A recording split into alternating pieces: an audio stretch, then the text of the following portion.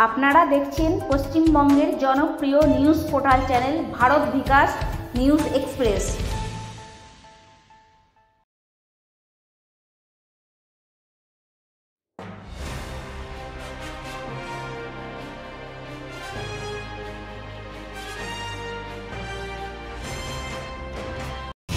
নমস্কার, আপনারা দেখছেন পশ্চিমবঙ্গের জনপ্রিয় নিউজ পোর্টাল চ্যানেল ভারত বিকাশ নিউজ এক্সপ্রেস। আমি পাপন ব্যানার্জি আপনাদের সাথেই রয়েছি।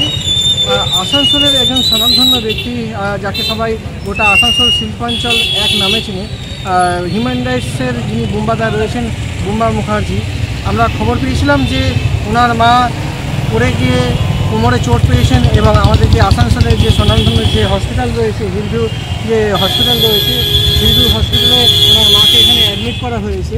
তো আজকে আমরা খবর পেয়ে এই হাসপাতালে ওনার মায়ের খবর নিতে এসেছিলাম যে উনি শারীরিকভাবে কেমন আছেন এখন ওখানে।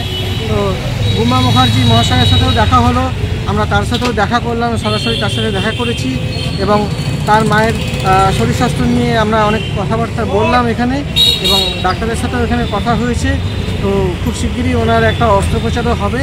তো আমার যিনি গুরুদেব রয়েছেন শিরডি সাইনাথ বাবা, তার কাছে আমরা প্রার্থনা করি তার এই অস্ত্রোপচার যেন সফল হয়, অপারেশন যেন সফল হয় এবং তিনি তাড়াতাড়ি সুস্থ হয়ে আবার তিনি নিজের পায়ে উঠে দাঁড়াতে পারেন এবং তার বাড়িতে যেন তাড়াতাড়ি তিনি সুস্থ হয়ে ফিরে যান, এইটুকু আমরা প্রার্থনা করব। আপনারা দেখতেই পাচ্ছেন আমরা এই মুহূর্তে দাঁড়িয়ে রয়েছি আসানসোলের যে হিলভিউ হসপিটাল রয়েছে, সেই হিলভিউ হসপিটালের সামনেই আমরা দাঁড়িয়ে রয়েছি। আমাদের কথাবার্তা হয়েছে এবং আমরাও খবরাখবর রাখবো আগামী দিনে, যাতে তার যেন যে ট্রিটমেন্ট চলছে তাতে যেন কোনো রকম ত্রুটি যেন না থাকে, সে বিষয়েও আমরা নজর রাখছি। ভিডিও ক্যামেরা পার্সন রিয়াদ আসের সাথে পাপন ব্যানার্জি, আসানসোল, পশ্চিম বর্ধমান জেলা।